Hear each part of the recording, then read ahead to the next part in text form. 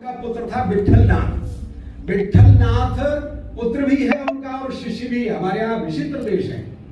वल्लभाचार्य जी ने अपने पुत्र को ही दीक्षा देकर अपना शिष्य भी बना लिया। पुत्र भी है और शिष्य भी है।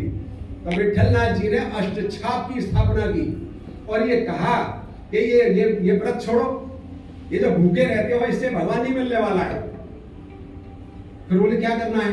बोले केवल कृष्ण को प्रेम करो, केवल प्रेम करो कृष्ण को, बस। जैसे अभी आपने सरस्वती वंदना गाई, संस्कृत में प्रियंका ने गाया, कितने बच्चों को याद है उसका अर्थ? उसका अर्थ कितने लोग जानते हैं? अर्थ ही तो मुख्य है जो जोड़ेगा उस भावना से। आपको प्रेम करोगे आप सरस्वती जी से, ठीक है ना? घर में भी करते हो कि नहीं करते हो? कितने बच्चे करते हैं सरस्वती वंदना रोज सवेरे घर में? मैं तो करती हूँ। तो फिर आज आपने कर ली, भूल गए तो वो भी भूल जाएंगे आप। रोजाना सरस्वती जी का एक छोटा सा मंत्र है, वो आप आराम से कर सकते हो। ओम ह्रीम क्लीम सोम सरस्वती नमः, इतना ही कर लो, 5 मिनट में एक माला हो जाएगी। जब बार बार पुकारोगे तो वो आपकी मदद करेगी, आप उन्नति करोगे। तो प्रेम कब होता है? जब हम उसको जान लें। तो उन्होंने कहा प्रेम करो, ये भूखा भूखा रहना छोड़ो।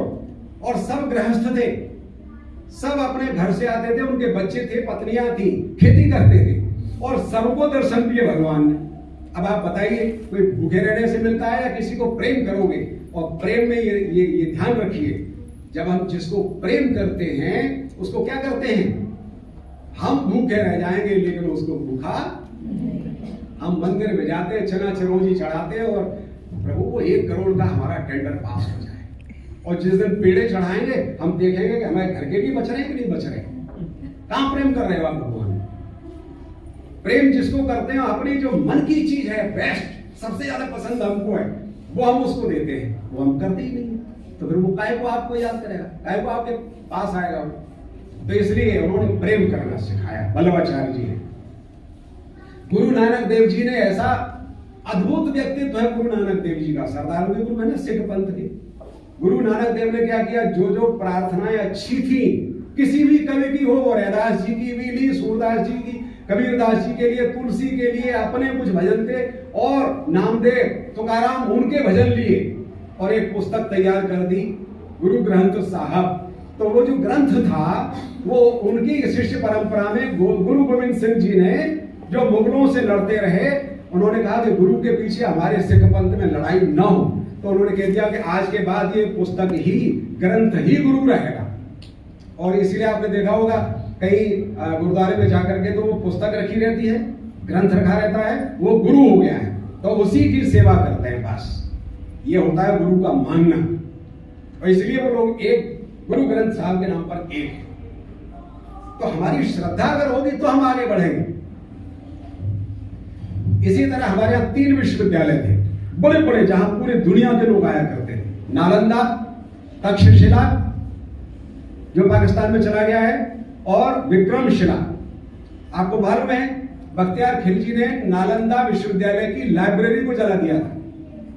अब क्यों जलाया था वो घटना में अभी तो टाइम हो जाएगा, मुझे दूसरी जगह पहुंचना है। लाइब्रेरी जला दी। अब लाइब्रेरी जलाई तो ज्ञान की पुस्तकें खत्म, अब क्या करें?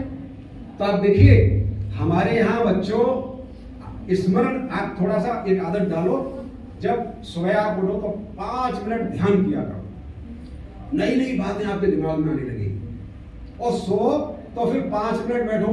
क्या सवेरे हमने दिन में जो प्लानिंग की थी, ये काम आज कर लेंगे, ये सारा याद कर लेंगे, पढ़ लेंगे, वो किया कि नहीं किया? आप देखो ये तो हल्का होगा और आपकी प्लानिंग में काम होने लगेंगे। तो नालंदा विश्वविद्यालय की लाइब्रेरी जब जल गई तो ज्ञान जल गया सारा। 3 जगह एकत्रित था। नालंदा सबसे बड़ा था, जहां विश्व भर के लोग आते थे पढ़ने के लिए। तो मालूम है गुरुओं ने क्या किया? अपने उन शिष्यों को बुलाया जो पूरी दुनिया भर में फैले हुए थे और उनको इकट्ठा करके एक बात कही कि हमने आपको जो ज्ञान दिया है, पहले तो गुरु के ज्ञान यहां हो, पुस्तक में नहीं। इसलिए हमारे यहां तो श्लोक है, पुस्तक स्थापया विद्या परहस्तम गतम धनम। दूसरे के घर में गए, दूसरे के हाथ में गया पैसा और पुस्तक में गिर दिया, आपके काम थोड़ी आएगी। जो यहाँ है वो काम आ जाए, जेब में पैसा है वो काम आ जाए। खैर, उन्होंने बुलाया सारे शिष्यों से, ये कहा कि आप लोग हमेशा ये कहते थे कि हमको गुरु दक्षिणा देनी है और हमने आज तक कुछ मांगा नहीं। इसलिए मैंने शुरू में कहा था जो भाई सरकार तनख्वाह दे रही है तो फिर काहे की ट्यूशन करके पैसे कुछ दीजिए समाज को, तो समाज आपको कंधों पर उठाएगा, सिर पे उठाएगा। तो इसलिए उन्होंने कहा कि गुरु दक्षिणा में हम एक चीज आपसे लेना चाहते हैं। बोले आदेश करिए गुरुदेव। तो सब गुरुओं ने ये कहा कि हमने जो कुछ आपको सिखाया है, रटाया है, जो आपके मस्तिष्क में है, वो लिख करके हमको वापस कर दीजिए। 50 बख्तियार आकर के मर जाए, सर पटक ले, क्या कर लेंगे? पूरा का पूरा ज्ञान फिर लौट आया, पूरा फिर एकत्रित हो गया। ये कब हुआ?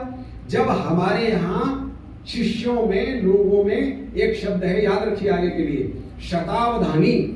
शतावधानी लोग हुआ करते थे शिष्यों में। 100 बातों को, सत माने 100 बातों को सुनकर ज्यों का त्यों आपको सुना दे या लिख कर बता दे। हम आपको 10 बात बताएं तो भूल जाओ, और वो 100 बातों को लिख करके या सुन करके ज्यों का त्यों सुना देते थे। तो जो उनके मस्तिष्क में था सारा का सारा, वो पूरा लिख लिख करके उन्हें गुरुओं को सौंप दिया। ज्ञान फिर लौटा।